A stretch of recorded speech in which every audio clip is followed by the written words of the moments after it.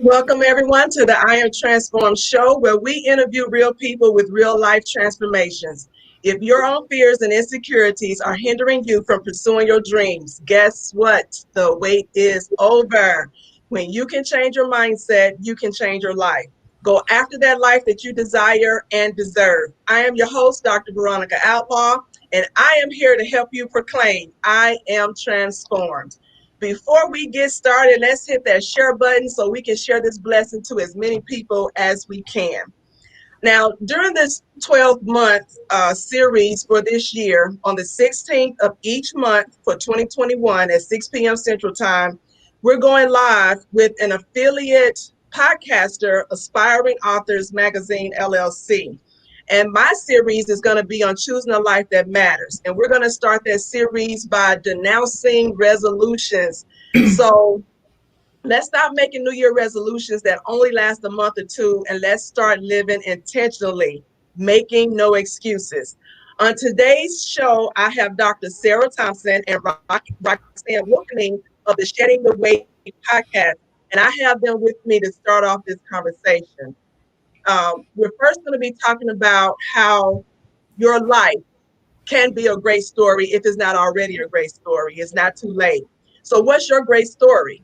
If you passed away today, what would your obituary say about you? Are you living a life that matters or making a significant difference? Well, this series is coming from the book Intentional Living by John Maxwell. And he attests that every person wants his or her life to matter and to be significant. That probably sounds intimidating, but it's not, because being significant doesn't require you to be a certain age, race, religion, status. You don't have to be a celebrity. You don't have to be anybody famous. You only have to be intentional. You only have to possess the desire to make a difference. You only have to place high value on other people and work with other people to be significant. You start small, but you believe big. You have to know your why and live each day as if it really matters. Now, this series is going to show you how to live a life that matters. You're going to hear from various people throughout the year, and you're going to hear their real life testimonies, how they overcame, and what they're doing now to make a difference in others. You'll be given intentional applications to think through and take action in order to reach those goals that you set for yourself every day. So before we go any further, I want to introduce to you my two guests for this month. We have Dr. Sara Thompson and Roxanne Wilkening of the Shedding the Weight podcast. And we're going to be talking today about creating your great story. But I'm going to let these ladies introduce themselves so that you can put a face with a name with a beautiful face. So we're going to start with Sara. Sara, if you would introduce yourself to everyone. Absolutely. Hi there. I'm Sara Thompson. I work in higher ed as the chair of a graduate program, and I am the mother of two young adults. I am a daughter. I am a sister. I am a friend. And I am so pleased and honored to have met Veronica and Roxanne and to be part of this journey. Roxanne. Hello, everyone. My name is Roxanne Wilkening, and thank you, Veronica, for allowing me to be a part of this great experience. I know it's going to be life-changing for not only myself, but for everyone else. So thank you for allowing me to be a part of that. Sara, thank you for allowing me to connect with you. It's like it was last week, but it seems like just through Facebook and the different posts I've seen, we've just connected. So there is a chemistry of like-mindedness, and I appreciate your feedback and the posts that you've given and everything that you've done so far with Veronica.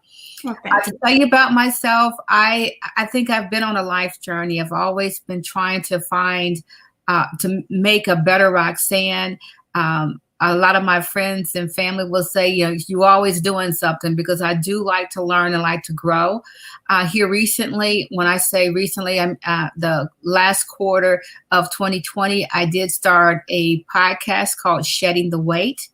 And Shedding the Weight came out of just weight is not physical weight, is emotional weight, is physical, emotional, financial. What I've done in the past 2 years, I went and became a certified wellness coach. And I realized there's a lot of things in life that will weigh you down. And sometimes you just don't know why you're carrying such a burden, and you just don't know where to look. And I think as I discovered different things that that was a part of me that was not beneficial, and allowed me to just really let that go, I just started feeling better about myself and where I was going. And I felt like I wanted to tell my story, because I felt like if someone can benefit from what I have to say, then you know what, that's what I'm here for. So that's what Shedding the Weight is all about. It's about sharing my story, my experience. I'm not an expert. I'm just an ordinary person who lives an ordinary life. I'm married. I have a husband. We will be celebrating our 10 years next Sunday. I just became a fur mommy. My fur baby is 2 years old. You'll see her. She's probably roaming around here. I just became a fur mommy about 2 years ago, and I'm telling you, my dog's name is Bear, and I love her. I tell you, I said I can't imagine. Not even. I don't know. Don't let me go down that trail, because I love my dog. So that's who I am in a nutshell. I've had tremendous experience in life. I owned a church, so I've worked with women before. I've done a lot of ministry type work. I'm in retail, so I do a lot of therapy just in retail now. So I've done it all in my 58 years. Well, ladies, I'm so grateful that you're here with me today. I guess I need to introduce myself since we're in front of a new audience. Again, my name is Veronica Outlaw. I am the producer and host of this I Am Transformed podcast, which is recently launched back in November. I am a mother and a daughter. I'm also a grandmother to a 2-year-old grandson who just lights my world. I finished up to 4 college degrees. I'm also, like Sara, I'm in higher education as an instructional designer. I'm a new author to the book, No Excuses. It Starts With You. I'm excited about that. It tells my story from domestic abuse and all of the trauma that comes with abuse to my revelation to now. My story is ever evolving. I am enjoying life now. I just turned 50 in December. And so life is good. I'm happy. And I'm enjoying doing this podcast. So we'll learn more about me and others later. But what I want to get into is, again, we're coming from John Maxwell's Intentional Living. And the first chapter is about your story. And what prompted me was one of the very first things that it asked in that chapter, or that first chapter, is, if you passed away today, how would your obituary read? And that was so thought-provoking that it launched this series for the year. So what I want to do first is start off with Sara and ask Sara to share her story, how she overcame, and just as it relates to chapter 1, telling your great story. Absolutely. Thank you, Veronica. I have to say, chapter 1, Maxwell, there are so many quotes. I would have been my own worst nightmare as a college professor, highlighting everything. And there is one quote that I will get to that it resonated really well with me. But I turned 50 this past summer, and in my 50 years of life, I've laughed, I've cried, I've loved, I've been loved. I've lost family and friends, people that were very important to me, not just through death, but from moves and life. I've experienced serious illnesses. I've struggled with my self-esteem. I've been married. I've been divorced. I've raised 2 children. I've experienced abuse. And I've earned 3 college degrees, and I have a 4th one that will be completed in April. I've run competitively. I am a certified health coach. I own my own business. And I've moved 22 times. I actually had to sit there and count on my fingers. I've moved 22 times in my 50 years of life. And my story is ever evolving. This conversation about intentional living comes at a relevant point in my life. Turning 50 gave me time to pause and think about the rest of my story. I've intentionally made a decision to write the remainder of my story so that when I look back, there are no what ifs. John Maxwell stated in his book that when creating our story, that story will bring others into your own story. And through Veronica, she brought me into her story, I'd say maybe about 2 months ago. And our connection has brought to my own surface a drive and a fire that had been just smoldering. The direction I didn't know where I wanted to go. And so each day, my mission now is to live each day with intention of making a difference in the lives of others. And there's a quote, there's many quotes in Maxwell's first chapter, but there's one he quoted Steve Jobs. And this one resonated with me, and people who know me would be like, oh, this is spot on. He says, here's to the crazy ones, the misfits, the rebels, the troublemakers, the round pegs in the square holes, the ones who see things differently.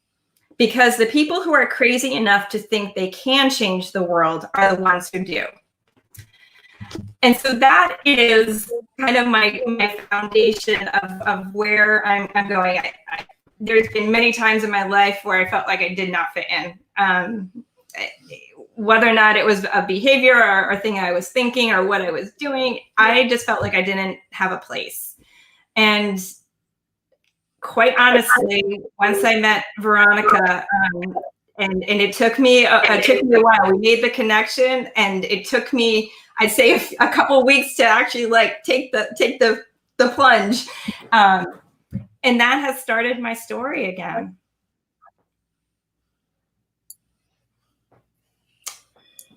Don't you make me cry today.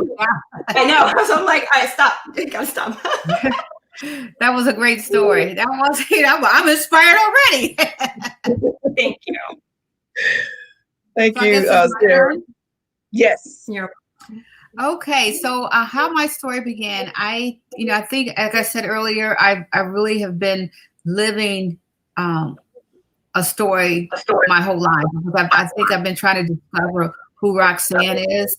One of the things that stands out most of all for me is when I got my first management job, and it kind of relates to what John Maxwell said. When my first management job I interviewed for, my manager, one of his questions was, if you had to write your own eulogy, what would you say? And my response was, I want to know that I've helped someone. I want to know that my life made a difference. And I feel like I've tried to live that, but my personality is very direct, and because of the directness, it could come across very harsh and insensitive, and that has never been my heart, but that's not how I was perceived. And so most of my adult life, I've apologized for who I am as a person, because although in my heart, I wanted to help, I wanted to be, just to be a support for someone, that never really truly came across that way. And, I found myself crying many a nights, calling my sister, crying, like, why don't anybody like me? I mean, because the person that I seen, the way I see myself and the way other people see me was just very different. I didn't mention in my introduction, I'm married now, but I was married before. And I think one of the things that my previous husband gave me, he said to me, he says, your tone. He says, Roxanne, it's your tone. It's not what you say, it's just how you say it. And so I kind of started listening to myself, and I'm like, whoa, that is kind of hard, but not knowing how to change. But I think just, when you get that revelation, and my personality is the type of person, if somebody could tell me what I was saying was right, is it not true? Because I'm right or wrong. If what I'm saying is, how can you get mad at truth? my number one value is truth. And so I spoke truth. And I also didn't realize that that's a gift of mine for God to allow me to see truth. And because I see truth, I assume everybody's seeing what I seen, and they don't. Or I could see things about a person that they felt like they was being masked to the world, but it was so very clear to me. And I felt very insulted if someone would say something. I'm like, that ain't true. You know, and I would say, you lying. That is. And so, I didn't have any filter. I didn't have any softness. So my journey and being intentional in this process is trying to find out who I am and how I can help somebody, but not hurt them at the same time. And that's been a challenge for me. It's been, everybody wants to be liked as, in some way or accepted. And I couldn't understand how God was giving me a gift or a desire to help people, but nobody liked me. And I think I didn't like me for a while. And so I went on a journey of being intentional about liking myself and started letting go of people that wasn't going to like me no matter what. I just had to let that go and start accepting who I was as a person and being intentional about, knowing my heart. And I read and I study and I try to find out a better way to be. I want to be the best wife I can be, the best daughter I can be, the best sister and best friend. And every day I work at being better. I work at being better. So yeah, so this whole chapter was emotional because it was like, this is what I want to do, God. I think it was a confirmation. I want to tell my story because I was raised by my mother. I don't have any abuse in my, I don't have a sad story to say that there's no reason you shouldn't be like, you got it easy. But it didn't feel easy, it just didn't feel easy. And I think that, for an ordinary person, how can you, Roxanne, how can you even begin to act as if something wrong when there's really nothing wrong? But I felt like something was, I don't know if that makes sense. I mean, It does. And when your journey of, because I'm very direct, my tone can come off as harsh. And I am that black and white type of person. And so that is something I've had aha moments of been called out on it. And my heart is as good as it can be, but, I think that women in general, you mentioned apologizing. Women in general, we apologize. It's not, I was running late. Oh, I'm sorry. I'm sorry. We're always saying I'm sorry instead of take just whatever that action is. Thank you for waiting for me instead of saying I'm sorry, I'm late.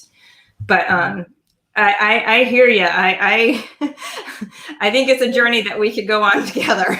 Right. maybe it could be a 3-way trip. Exactly. When I think, I hid my way of coping with, my insecurities is by talking too much. A nonstop chatter. And really, and I was telling my husband, I said, I don't really know people. If people could ask me who I really am a quiet person at heart. But the scared person talks all the time. And I'm loud. I have a naturally loud voice. And so I'm loud and I talk. But that's how my insecurities show up. It's through talking. it's not truly, I don't think that's who I am by true nature. And if I really want to be I want to be I am a good listener, but it's not perceived that I listen because I talk so much. I didn't realize we all had that in common, where I'm very transparent as well. If somebody comes to me and asks me something, I'm gonna give them the hard-nosed truth. I don't think I'm being ugly about it, but I have had people tell me that I seem emotionless. And I took a hard look at that as well, because what they perceive as emotionless is me saying I'm at peace. I don't let things bother me anymore. So if you don't internalize things to the point where it almost costing you an ulcer, then you're perceived as if you didn't care, as if you don't care. And so we all have that in common, and I didn't know that before this call. I too am very quiet, and I think how I deal with uncomfortable situations is I retreat. And I'm trying to be more intentional about being more outspoken. I don't think I could be more outspoken than doing a podcast that's public to the world, public to the world. So you're talking about getting outside of your comfort zone is really something else. And I had a conversation with Roxanne just yesterday or a couple of days ago about, I love doing the podcast. I love doing interviews, but I have found myself hiding behind the interviews. You think it would be easier to do a solo podcast, bring the content and just talk, but I'm going to have to be intentional about that too, and step out of my comfort zone and start doing solo podcasts and bringing content that's of value and not hiding behind the interviews. So I think number one part of being intentional is being truthful with yourself, and then saying, okay, here's how I want to change this thing, set those goals and how you're going to change them, and take that action. Well, to give a quick story on me, how it related to chapter 1, and then we're going to go into the quotes, and we'll go around the table with each one giving their perspective on the quote that was given. But a quick backdrop on me as it relates to chapter 1. What is my story? Many of you know about my backdrop with rejection, getting married real early. That was an abusive situation. Later got divorced, and then I ended up in a relationship that was basically deception. Ended up pregnant, was abandoned, and then I was a single parent. I got married again, ended up having a couple of miscarriages, and that marriage ended in divorce. I took the financial burden in that marriage, and so I ended up bankrupt after that divorce. And then there was, relationships and heartbreaks in each one of them. Now, while all of this is going on, this is almost a 25-year span. I'm thriving professionally. I was an A student, like I said, finished 4 degrees, but I was dead and I was miserable inside because of all the pain. And now that I'm past that 30-year story, I sometimes find myself dealing with the residue of all of that. So what I wanted to focus on today was the imposter syndrome that keeps creeping up. Yeah. So, for example, fear and perfection. Those two things crippled me. They actually delayed the launch of this podcast. I was supposed to start the podcast in the summer, right after COVID. I didn't start it until November. I think it was more so the fear of rejection that gave me an excuse to not start. And then when I finally started, it was delayed again a couple of months because I was trying to perfect everything. And I had to do a gut check. People are not looking for perfection. They're looking for answers to their pain points. They're looking for someone to care. They're looking for someone to listen. And so who knows who could have been helped, what networks I could have made had I started when I started. But I believe everything in God's timing. But I also was a contributor of delaying that because of fear and perfection. Now, like Sara, I too turned 50 last month, and I'm just now in a place in life where I'm writing my own story. And we'll talk about this later, how if someone gave you a blank journal and told you to write your story, how would they read? What would you write? So I'm designing a life that I desire, and I am believing in God for greater than I can ever imagine. And I acknowledge that I can do nothing without him. So my story, just like Sara and Roxanne, is evolving. We're in our 50s. It's never too late.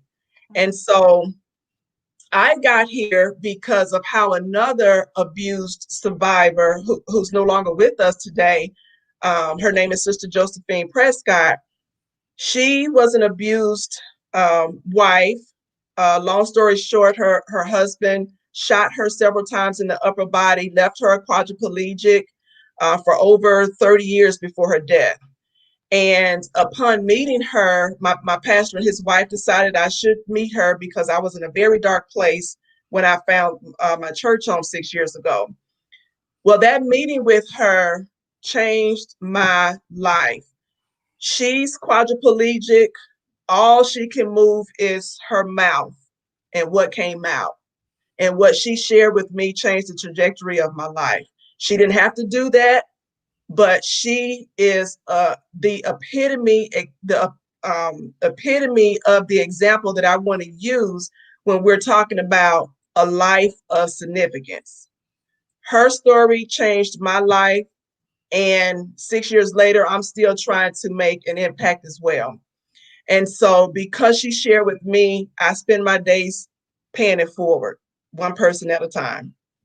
And so we're here talking about how our life story reads,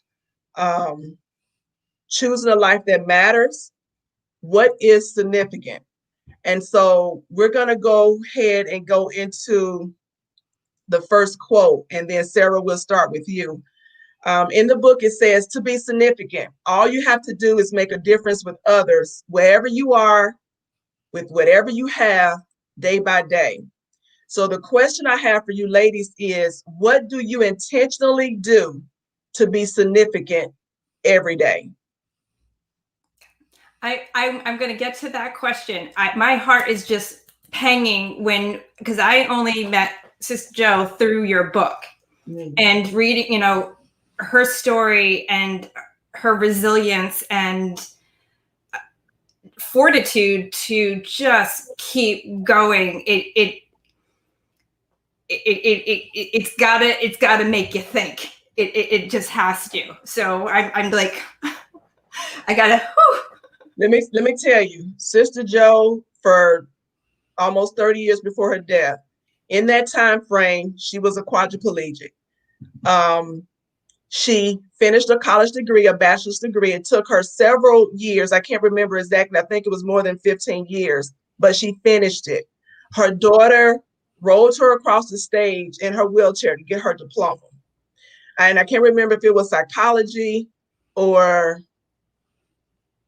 I can't remember, but she went to USC Aiken and finished her degree. She owned a home. When I met her, she was in her own home. She had her own nonprofit foundation. She was an advocate for domestic abuse. She went around speaking, whomever could drive her and take her. No, that's how I got the title of the book, No Excuses. Whatever she wanted to do, if she wanted to go to a concert, if she wanted to go to church, whatever she wanted to do, she made that known. And she did it. It came to pass. So she lived a life of no regrets. She offered forgiveness to her ex-husband at the time. And she said she had to be set free. And her motto was forgive to live. And so my forgiveness journey began when she poured into me, and her legacy will live on as long as I have breath in my body. Praise God. Yeah. Thank you. So what I do each day to make a difference,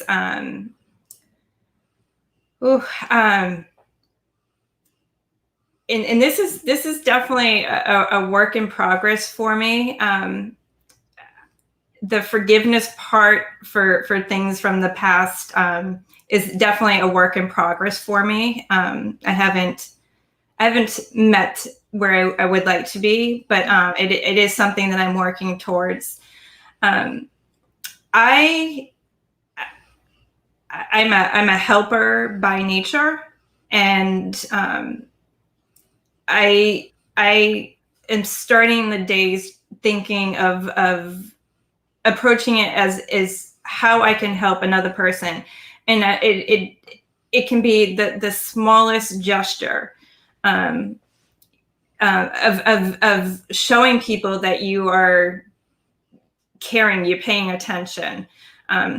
I think about when I go to the gym in the morning. There's this woman, God love her, she's got to be in her 80s, and she is lifting her weights, and she's just doing what she can, and she'll just look up at you, and it's just you got to smile at her. If you don't, but that's where my little thing comes out. But just showing people that they matter, and trying to accept things from the past that I can't change, and being that servant. Roxanne? Well, you know what? I don't want to sound, I don't want this to sound selfish, but one of the things that I'm doing is really focusing on being consistent within myself and trying to live a life to where I can be an example. I don't want to talk about what I'm doing. I want to do it. And so I want to live my life in a way that I shine in the people that need to hear my story. God will send them, you know, to a point of someone saying, what are you doing? And then I can then share. I have started developing a routine. I get up every morning at 5 a.m. I have my prayer time. I do my exercise. I started doing writing because I want my life to be authentic and true. And I think for me, a lot of me has been hiding behind me. And so before I think I can help someone else, I want to help myself and be able to speak truth to myself or through me. So right now I've been working on living a life that someone would want to copy, you know. Again, my number one value is truth. And so I do try to, someone asks, what do you think or how you feel? I want to be honest. I want to be sensitive to their feelings. But I want to be able to, if you ask me, just speak truth. I'm like each of you. I feel I'm a big helper. So if you ask me for help, I'm gonna buy a book. I'm gonna get an app. We're gonna figure it out. But I think because of my personality, I'm taking, I guess, a back seat and letting God drive and say, Lord, the ones that need my help, you'll send. And when you send them, I'll do whatever, you know, I will do whatever I need to do. But until you send them, I want to practice being still. This is so strange. We all have the same thing in common. I'm the exact same way. One of the things that I'll share that I'm doing and being more intentional about is if I'm being referred, if someone refers someone to me for whatever reason, I embrace them as if we've known each other for 10, 20 years. It doesn't matter that we just met or whether we knew each other or not. And I'm trusting the people that know me well enough to know that I would, you know, take care of these people the best of my ability. And I guess I've been fortunate because they know who not to send my way. But just embracing people until, they show you differently. I've been praying for relationships that are not abusive and that are give and take. And you two ladies are the epitome of that. We found each other on Facebook, still haven't met in person. And it's just like we've been knowing each other forever. Just was having a conversation with Roxanne yesterday or day before, talking through back and forth with some projects. And one of the things Roxanne said at the end was, now, how can I help you? Oh, I was just taken back by that. Nobody's ever done that before. And even with Sara in the group, when she finally blossomed, she came to the table and said, here's what I can do. And she's been doing it. And so I'm loving the give and take in this relationship, the networking. Neither one of us consider it robbery to share. And I'm just totally blessed by knowing both of you and your generous hearts. And I really do mean that. So just praying here that we get more of that, because that's what it takes. It's enough for everybody. And there's no reason to be selfish or, hide things and keep things secret. No, one of the things that it says in this book is being willing to work with others to get that thing done. And, no one is an island. No one is by themselves. No one can do it by themselves. And so I believe in giving people their flowers while they're here. And so I really appreciate both of you for your genuine hearts, your selfless hearts, and what you bring to the table. So I appreciate that. I think it would be interesting to tell our listeners also, we're all from different states. Yes. Yeah. I'm in Indiana. I'm in South Carolina. And I'm in Mississippi. And I tell you, that's the one great thing about this internet. You're connecting with people that we would have never been able to connect with, years ago.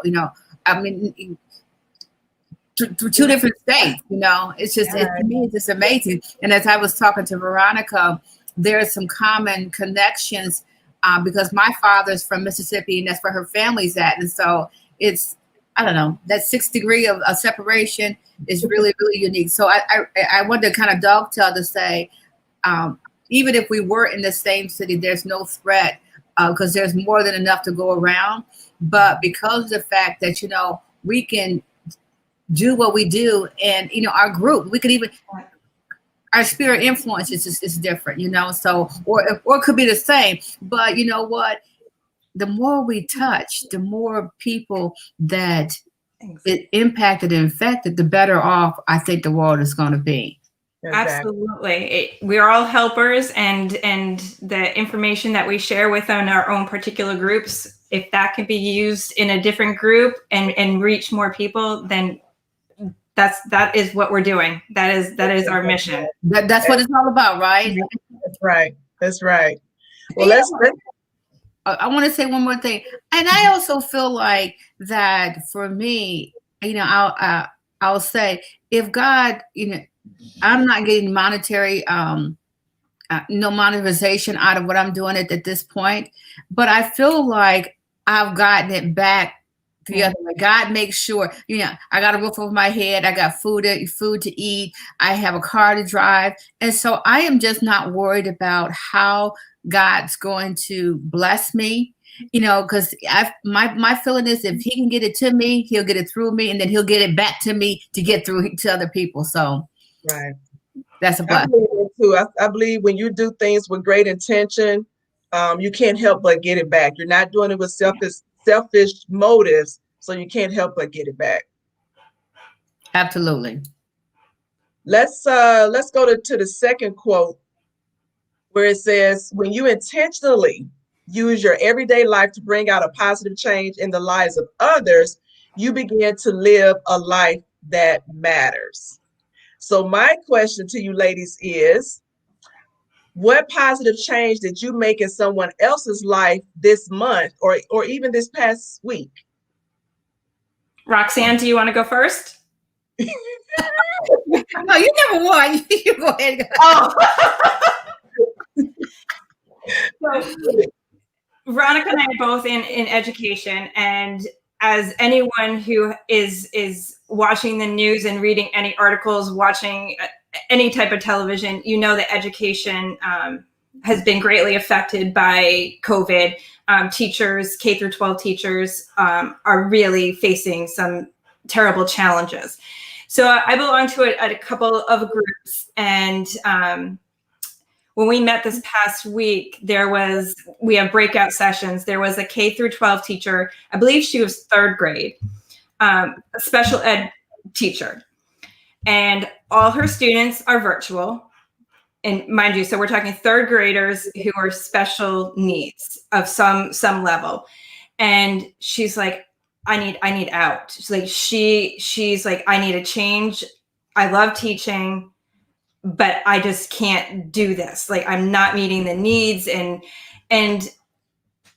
I felt like my change for her was listening to her story, thanking her for what she does. I've always worked remotely and online. So that aspect of teaching is not, it's part of my skill set. But when you have a teacher who is not used to that, and they're face-to-face and teaching these skills to students who have any number of challenges. And again, we have to remember special ed includes gifted children as well. I feel like from when I was just sharing with her and thanking her that she isn't getting a lot of praise and thank you. And it's not that she was looking for it, but I felt like she needed it at that time. Because just really struggling. Really good teachers are leaving their profession. And that's definitely really, really hard, because that's what, we need good teachers. Yeah. If it takes one person just to say something, we can all wait for somebody else to step in and hope that they'll say something or ask that question. But just being able to just show another person that you care. And again, I've never met her. She lives across the country. And it was just one of those things that just happened. Mm-hmm. And it costs you nothing to say thank you, and I appreciate you. Absolutely. Absolutely. Well, I think, I'm sorry. Nope, I was going to say Roxanne. Well, I think for me, what I've been trying to do is within my group every day, I try to find very positive quotes or very positive affirmations, hoping that some of the things that I post will brighten someone's day. I have gotten some very good feedback with people saying, I needed to hear that. Thank you very much. And I think sometimes you will touch and impact people's lives and you'll never know. You'll never get the pat on the back or the acknowledgement. And so for me, it's trying to make sure every day that, whether it's on my Facebook group, whether it's in my Instagram, to make sure that I send some positivity out there to let people know that, it's going to be a brighter day or a good day or a smile. And so I think that's what I do intentionally every day, and trying to be more conscious of when I talk to people that there's a smile on my face, even behind the mask, because I think people can see the smiles even in your eyes, even though, if this is covered, they still see it there, and making sure that I try to make people feel good. Even in retail, I have to tell you no, but I still can make you feel good in my no. I appreciate you asking, but no, thank you. So that's what I do intentionally every day, is do posting, words of affirmation and encouragement, and trying to just be a positive influence. And Veronica, you do that every day. You do. I'm trying. I feel like I'm slacking because I have to tell you, Roxanne and I talked again yesterday. And one of the things, my answer was going to be that my positive change was taking the initiative to create the group that we're in, to try to help empower women. And so far that's happening. I don't think we've been in the group a good month yet, but things are happening. We're making relationships. And I go to bed every night thinking about you ladies, how I can show up more than what I have already done, to the point where I'm getting all these downloads, these great ideas. And I told Roxanne yesterday, I was so depleted, I didn't know whether I was coming or going. And I said, I've got all these great ideas I want to implement. And I start on them. And then the next download comes and I start on that. And then the next one and I start on that. And it got to the place where I got all these downloads all over the place, look like little spiders. And I haven't completed anything. And she said, Veronica, just because God gives you a download doesn't mean that you have to implement it right now. And oh my God, I received that with all of my heart. And I couldn't thank her enough. It was to the point where I had to send her a text later on that night. And I was literally in tears. No, you don't. Just a great idea comes to you doesn't mean that this is the season for it to come to fruition. Mm-hmm. If I don't finish the first thing, how in the world am I going to be proficient and effective in what and how I deliver to you all if I didn't finish the first thing? Right. And so I was convicted by that.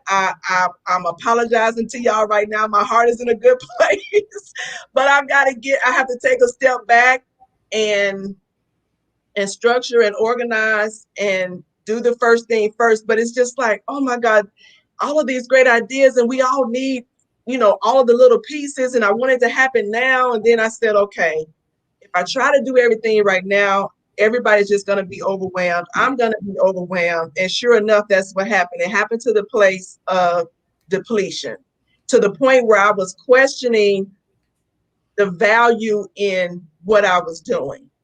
And so I thank Roxanne for reeling me back in because I'm literally all over the place. But you could be, your intentions, and the next chapter is talking about, every intention is not a good intention. And so even though my heart was in the right place, I was not being productive because I was all over the place. And I had somebody else to tell me that I keep myself so busy because I'm trying to fill a void, which I don't think is true, but nonetheless, too many hands and too many pots, and I'm not getting the first thing done. So I'm going to be more intentional about what's downloaded, what should be coming to fruition first, get that done, and then move on to the next thing. Yeah, because we were just like last night when I messaged you, I said, oh, my brain is mush. And you're like, yeah. My brain is mushier. Exactly. If that's even a word, but I made it a word last night because it was. Yeah. And then you're still trying to work. You and I, we've got the first semester back, and you've got everybody's going crazy trying to get their courses online, technical issues, and it was just a lot.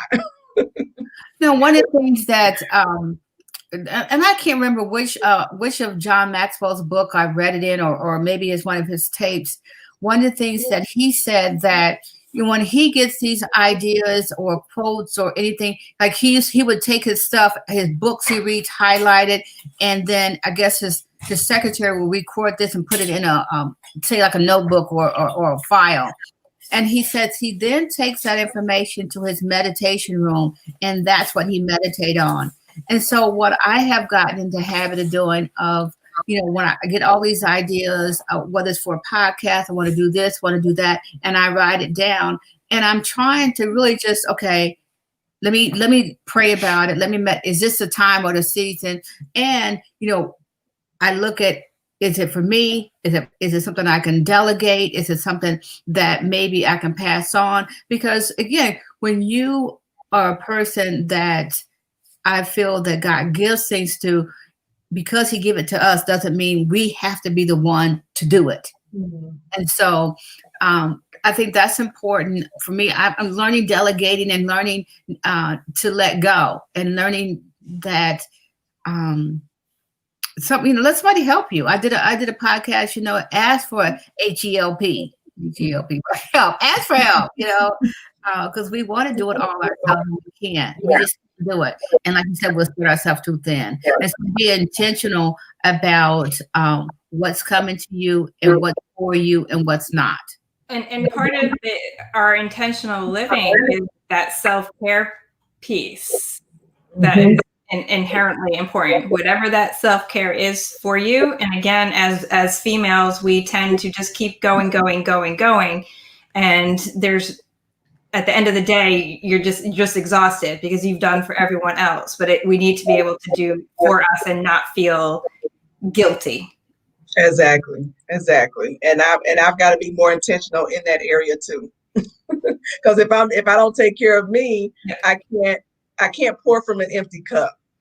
And that's a hard pill to swallow, but I'm learning to accept that because nothing's getting done. I'm depleted. Let's quickly go to the third quote, which says, if your story isn't as significant, meaning or significant or compelling as you want it to be, you can change it. I agree. So tell me a time in your life when you did not feel significant and what transpired, the change that you wanted to make, and what was that significant change? Well, I think mine is, even just here recently, my prayer time started in Lent of 2020. I'm not Catholic, but I do every year when they have the 40 days leading up to Easter, I make a sacrifice. And my commitment was I was going to do Bible study for the 40 days. And because I felt like I felt like I was all over. I guess my story was I was all over the place, and my life didn't have any meaning. It was about me, and I don't want to be about getting up, going to work, buying the next thing. I want to help somebody. I'm like, Lord, who am I helping? What am I doing? And I think that you get those answers through prayer and meditation. And so the compelling part for me was to have, it doesn't have to be long. My Bible study is not long. It's 15 minutes. I do it. I have an app, and I've done it every day since last year. Since 2020, because it's become a part of me. And that's the change that I made. And through that led me to, again, I read the book, The 5 a.m. Club. And then, I got to this point. I think it was because of my prayer. I was, because I shedded I was blocked, but just getting on a routine and praying and reading the word and getting some word. And then that led me to get up. And then that led me to where I need to do exercise. That led me to where I need to ride. So, I think that's been and I do have meaning. I never felt like I was unworthy. I always felt I could be better. I've always wanted to be better. I don't think I suffered from, I don't know. I'm not gonna say low self. I probably had low self-esteem, just didn't know it or wanted to admit it. But I portrayed confidence or acted confidence, even though on the inside I may cried, but I don't think I admitted I was insecure, but I never admitted it out loud. Again, I think I said earlier, my insecurities came through me talking too much. And so, or just that not wanting to hear the silence. Mm-hmm. So my life is meaningful. That's how I'm just going to tell it my life, because it's meaningful. I done some stuff. Yeah, you have. I think about this question. I've had to keep going back and rereading it. Quite honestly, there isn't just one time in my life where I felt that I wasn't significant. There's been numerous times growing up, as well as when I was married, where I just felt like I didn't matter. And and probably started as a defense mechanism for me. I would show others and more kindness and do things for them, not looking for something in return. As a way, I really think it began as a way to kind of protect myself, and because I had those walls, and there are probably still some there. But to me now, it's a joy. It brings me satisfaction. It brings me happiness to be able to do things for others. Again, not looking for anything in return. Okay. Yeah. I think after my journey with the abuse and all the trauma that comes with that, there was a 20 plus year span where I didn't feel significant or meaningful. I didn't know my purpose. I really didn't know my own identity. Not knowing at that time that I could change it. It wasn't until somebody poured into me and lit that fire in me that I felt like I could change it. And I have been intentionally working towards those steps to change it with what I knew at the time. And every time I connect with somebody else, or every time I read a new book or listen to a sermon or whatever that is that inspires me, that fuels me. And so I take that and I try to, again, pay it forward. And everything that I do, I think about how it can impact somebody else before I consider the benefit to myself. And so when the book says you can change it, you literally can change it. No excuses. If there's something that you want to do, then just figure out what those goals are to make that thing happen, and go after it. I got a question. Absolutely. And now, do you think, or sometimes I think that the Bible says all things work together for good, and that it could, some of the things that we've been going through, we went through, we may thought we weren't significant, but it was a preparation time, a time of, if you had, and by society's quote, everything going on, would you have gotten 4 degrees? Right. I'm a firm believer that granted, there is a lot of my past that I would love to have not experienced, but I'm a firm believer that those experiences have led me to be who I am. I own my own home. I college educated. That definitely was part of my drive. Certainly, it's just writing this story going forward. What do I want? I can't change the past, but it definitely has formed who I am. So do we a part of the healing is not be apologetic about our past, because without that past, you couldn't be who you are. Yeah. Like, I'm going to go back. I don't want to get biblical on you, but Esther said, Malachi told to Esther, you were created for such a time as this.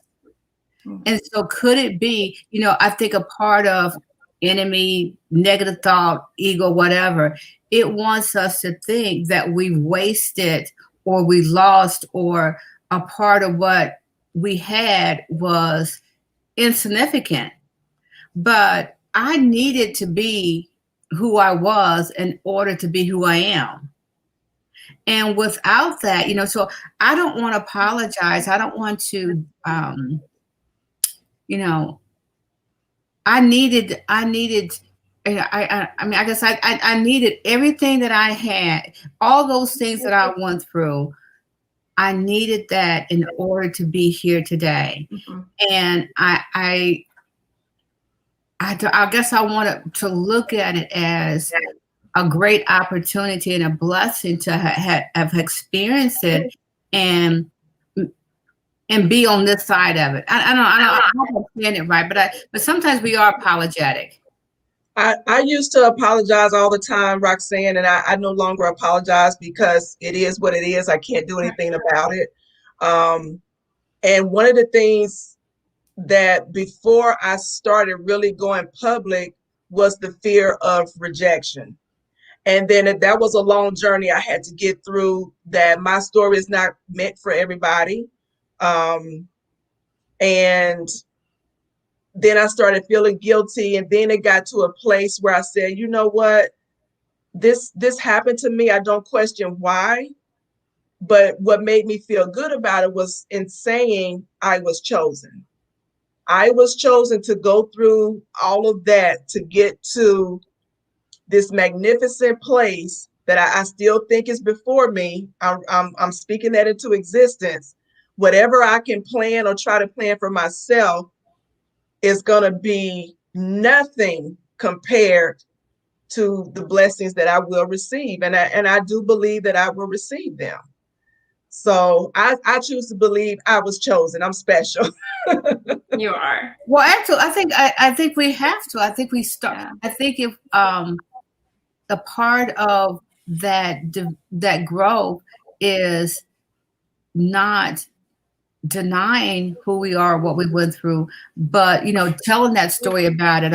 Because our story, I mean, it was given to us as a gift to give to somebody else, and maybe there's somebody out there that can't make it through. They don't know how to go through what they went through and go to school. Yeah.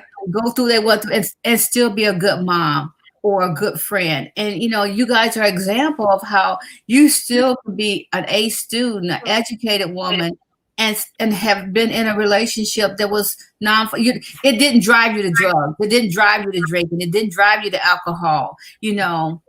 That's a blessing. Right. And even though Sara and I share a lot of similarities, I may be in front of an audience and tell my story and they not resonate with me, but she tell the same story and they resonate with her. Mm-hmm. So,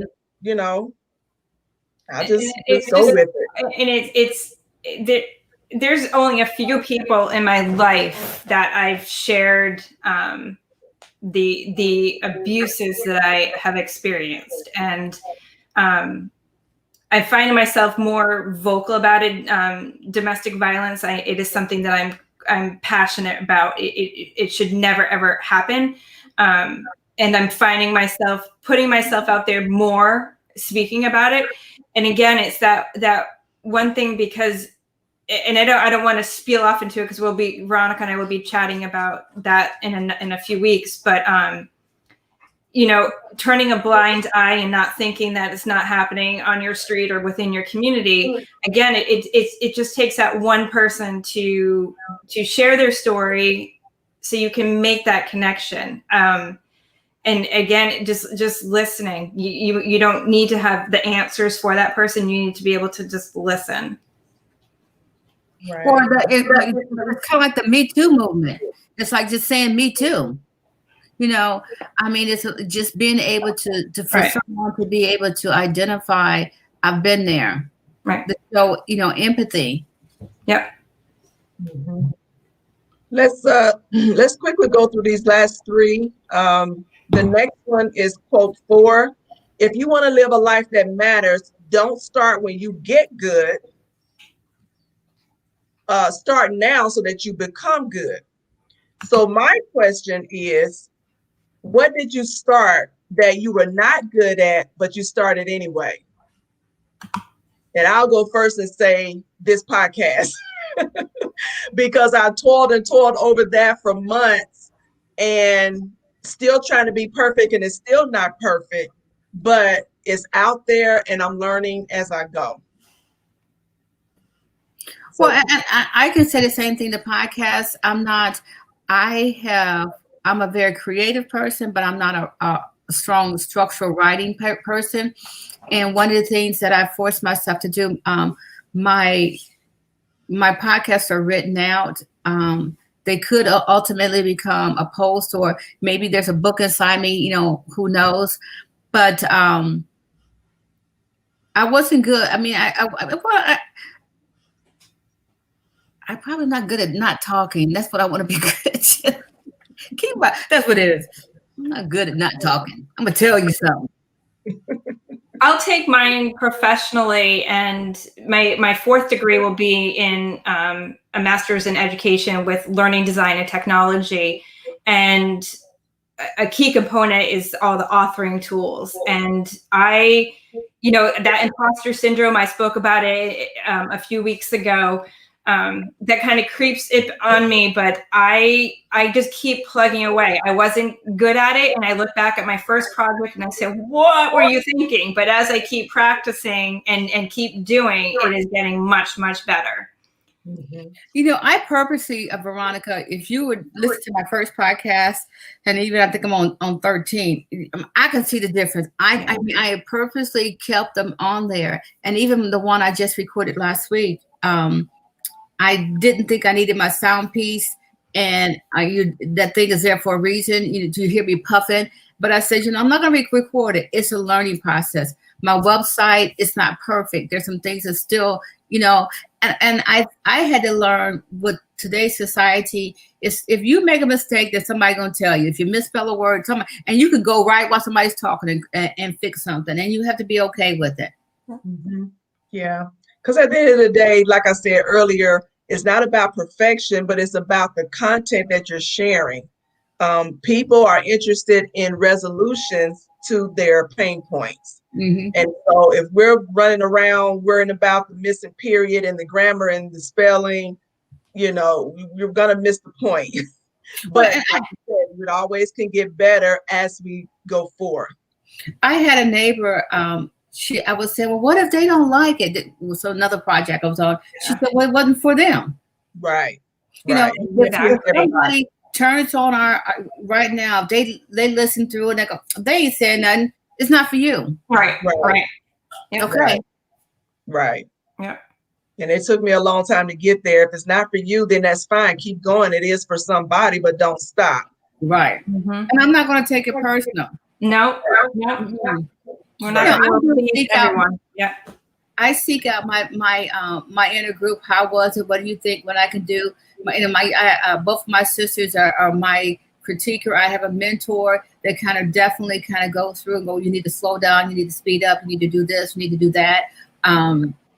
So yeah, I have people that's in my circle that will give me constructive feedback to help me be better. But people, the naysayers, the glass is half empty type of people, I just don't have time for that, because you know what?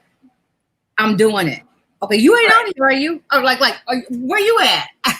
Listen, no, I ain't got time for that. I don't have time for that. Yeah.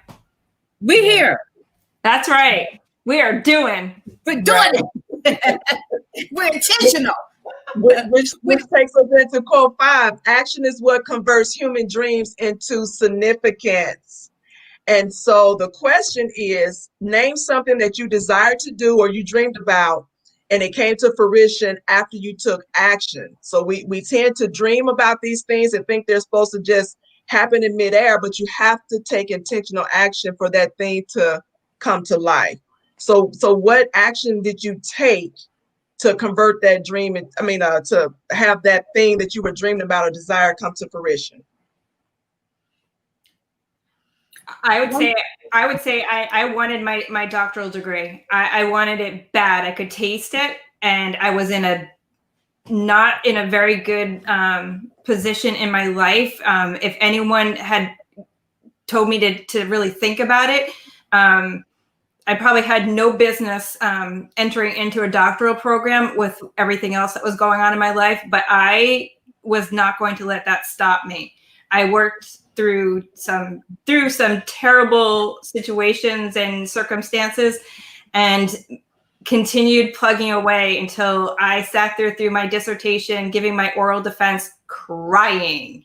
Because I was just at that point where I was like, wow, this has been my life for so long. And now it's over. But I did it. Right. That's one of the things that I want a doctorate in something. We'll hook Yeah, don't you worry. It's so funny because at one time I got my master's and I looked into a doctoral program at Ball State University in life, and it didn't happen. And right before I moved here, I looked into another doctoral program out of Wisconsin, and it's one of the things that now I always say I have a master's in education, but I've never truly taught in a classroom setting, and so that's I guess I teach indirectly. I educate more indirectly, but action things. I'm an action type. My motto has been: the race is not unto the swift or to the strong, but to those who endure to the end. It took me 10 years to get my undergraduate, another 3.5 to do my master's. I'm plugging away at, right now I'm trying to live a tiny living. I want to be a minimalist. I've been trying to get down to 5 pair of pants and 5 shirts for the past 10 years. And I'm still, I don't want to have stuff. I want to just get rid of stuff. What about you, Veronica? I think the thing that I could say all the things that you all said, my career and my education, but however, those are things that I accomplished that somebody else wanted me to do. I did not seek out to go to college. I didn't seek out to get 4 degrees. Every time I finished a degree, I had a supervisor who would say, you really need to do this if you want to go here. But at the time, my thing was, I don't think I want to go there. I'm trying to raise this little baby that I don't know what to do with. And so my whole life up until my mid-40s, literally my mid-40s, has been about what other people wanted me to do and expected of me. So I think for me to answer that question, I'm going to share something that I intentionally picked for myself, and that was to publish my book. Now, originally, it wasn't my dream to go public because I was dealing with so much shame. I thought I was the only one who was dealing with domestic abuse and all the things that came with it. But my pastor said, Sister Joe is trying to do it, write a book. I think it will help with your healing. At the time when he said that, I thought, how in the world can airing my dirty laundry for people to ridicule me be healing? And so some time had passed and I started journaling privately. It was not to publish. And as I got stronger, as I, had more and more poured into me and journaling, I did start feeling better because I started releasing things that I had suppressed, some things that I had even forgot that I had suppressed. And so that's also intentional within itself, being willing to face those things that hurt. You may have buried them 20 years ago, but if you never dealt with them, they're going to come back up again in some relationship, in some school, in some career, or whatever the case. You have to deal with it. And when you do deal with it, now when it comes up again, you know how to deal with it. So publishing my book meant that I was becoming one with my truth. And I was learning how to be vulnerable with the public. Well, first, with few people here and there, and then with the public. And then it became liberating just to get it out when I heard, I could share something and somebody would come to me in private and say, you just told my story, or you made it possible for me to share, or for me to come out, or for me to do whatever the case. I had no idea what type of impact it would have to share your naked truth, but it does. And every time I do, it's more and more satisfying, if that's the right word I can use, satisfying to see people become one with their truth, because their process is going to be different from mine. But if they get healing and freed from it, that's the ultimate goal. And I'm just rejoiced when people come to that place with themselves, because that means that they're no longer in bondage. So that's my truth. Let's go to quote 6. We're almost there. A butterfly cannot go back to being a caterpillar. And I did shed a tear when I read that because so many things came to my mind. But when you start living the significant story, you get a taste for making a difference and you won't go back. And so for me, I pretty much, in a nutshell, I one of the questions was, name a characteristic that you once had about yourself that you overcame and you couldn't go back even if you tried. And so for me, just sharing what I just shared, my choice, my voice, it was my choice, not someone else telling me to do that. It was my voice sharing my truth.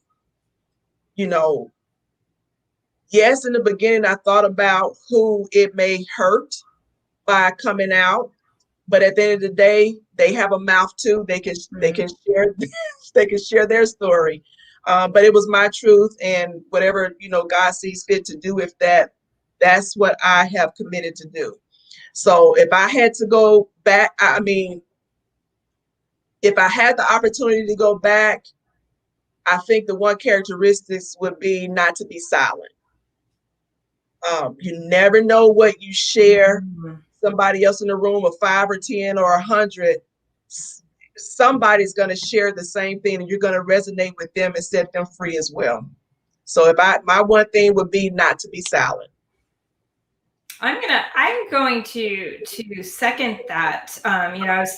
There's characteristics of low self-esteem and that, but the silence piece, because again, I had walls were real high for me, and they were strong. They were very, very strong walls. Nothing was going to take them down. And again, this pivotal moment of turning 50 and just really thinking of what I want the rest of my life to be like, has encouraged me to be more vulnerable and putting myself out there in ways I would never had thought I would do in any life. Yeah. How about you, Roxanne? I guess I would be the opposite, because I did a lot of talking, and if I could go back, I would be silent. I think I would be true to who I feel like my heart is, because I would just sit back and do a lot more observation. Okay. The next one is, when I die, or when you die, you can't take with you the things that you have, but you can live in others by what you choose to give. So my question is, what will your obituary say when you pass away about you? What will be your story? I don't want my story to be that she had 4 degrees, she was a director of distance learning, she had all these accolades and certificates and presentations and articles and all of that. I honestly probably would choose to leave that off, because those are milestones or accomplishments that I achieved. They are not who I am. Even while achieving those things, I had a heart to serve people. Even in my dark place, I was serving people. I want to be remembered as the person who, when she smiled, she had something to smile about. I want to be the person who, when they mentioned my name, I made a difference to them. If it was nothing but buying a cup of coffee or sitting down and talking and eating, or giving a reference letter, whatever that little nugget is that helped change that person's life, that's how I want to be remembered. And I don't have to be a best-selling author. I don't have to be this celebrity or anything like that. I can be the girl next door who likes bull riding and monster trucks. And I'm good with that. I love traveling the world, but I want to be known as the difference maker for somebody, even if it was just a smile, a hug, or some little thing I said that might have taken me 3 or 4 or 5 words to say. I think that, you know, I think I started out with because of the question the guy asked me in my interview and my answers, I want to make sure that my life made a difference, that in some way that I've helped someone. And so that's important to me. And it's so ironic because what you said, you start talking about your degrees and different things. Even if you go on my website and I sent my bio to you, my bio has in there is blah, blah, blah, blah, because I'm like, you know, what I've done in my history, that's stuff. But it's not who I am. And you're not going to get to know me as a person by knowing that I went to this school, I went to that school, I've owned this, I've owned that. You know, you don't know me. You know what I've done, but you don't really know me. And you know, I want people to feel like that I have helped them, and I want people to say that I got to know her. I really got to know her, you know, not who, you know, that person, that's not the person that I knew. This is who I knew. And they have, you know, they connected with me in a way that they truly knew my heart, and I knew theirs, and I made a difference in there. I made a difference because they got to know me. Right. I'm going to third all that of feeling and knowing that I've made a difference. I think back to one student I had, oh my gosh, 6 years ago, and I only had her one semester.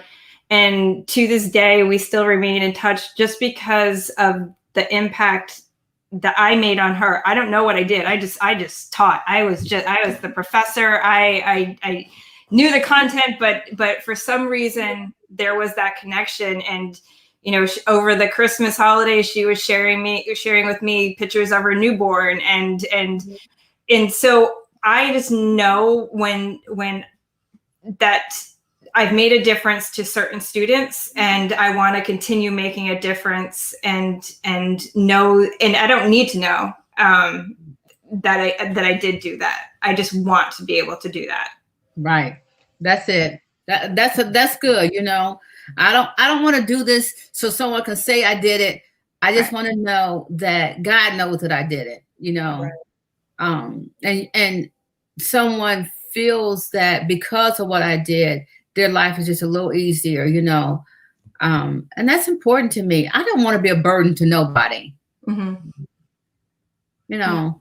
And it's not about being like, oh, she's such a nice person, but it's about a difference. It's about really making an impact on a person's life, because I know there's people that have made an impact on my life. Things that they don't even know that they said that has resonated with me, that gave me the encouragement to make the next step or to do the next thing. And, you know, and that feels good when someone says something and a light bulb clicks for you. And it's like, I guess I want to be that light bulb for somebody else. And having that cheerleader, I have a very special person in my life that is my cheerleader through thick and thin. And it's moments that you I think back and like, my gosh, and how fortunate I am to have that. I don't know where I was going with that, but how to get it in there. Well, I think that for me, it's because the person took the time, because they didn't have to.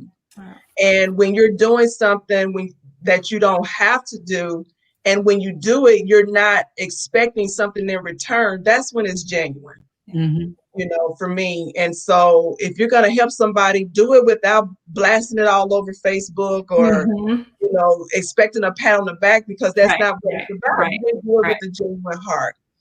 So that kind of leads me into our intentional application, which we kind of just answered. So, but what we're going to do each month is end the show with an intentional application for listeners to go out and reassess their life and do those things, set those goals, find out what those actionable steps are to get you to that place that we're going to be in at the end of each chapter. And for this one, as we're talking about writing our story, the application is go out this next month, and we'll meet again on the 16th. Write out your story. What would you like people to say at your funeral? Identify what actions you can take to rewrite your story. So if I gave everybody on this line a blank book, a blank journal, and you had to write your own story and publish it, how would that read?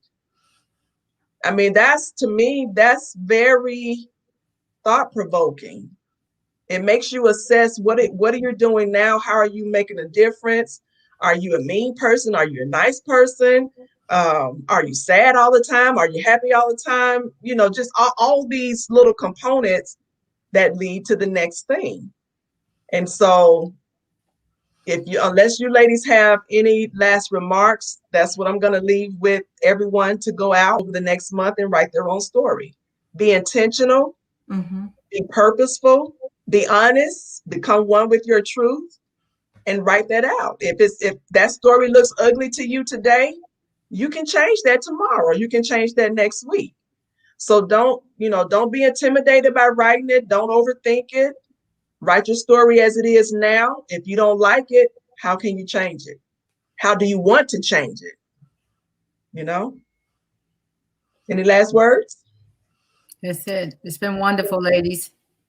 Absolutely. Thank you so much for having us. And it is an honor. It truly is. And it's even, you know what? I read the book, I read the chapter, I've talked to each of you, but I'm like, I still got boom, boom, boom, boom, boom. It's like, When I said that I could highlight the whole book, I meant I could highlight the whole book. I'm like, no, stop. I did not put a highlighter in my hand. I did too, and I had to scale back. I said, oh my gosh, we're going to be on here till next week trying to talk through the whole thing. So I said, okay, let me step back, and maybe I just highlight the quotes, and that will be enough. And sure enough, we're over the hour, but this was really good. This was really good. I'm looking forward to the next 11 months with you ladies. Okay. It's a pleasure to serve you. And I'm just elated to have the company of like-minded women who are willing to, help each other and lift each other. I'm just blessed to be in your presence, and I appreciate you. Likewise. Thank you. Well, thank you everyone for tuning in to the I Am Transformed show, where we interview real people with real life transformations. The goal is to educate, inspire, and empower you to your next level, because we have kingdom work to do. So until next time, continue to declare and decree, I am transformed. God bless you all.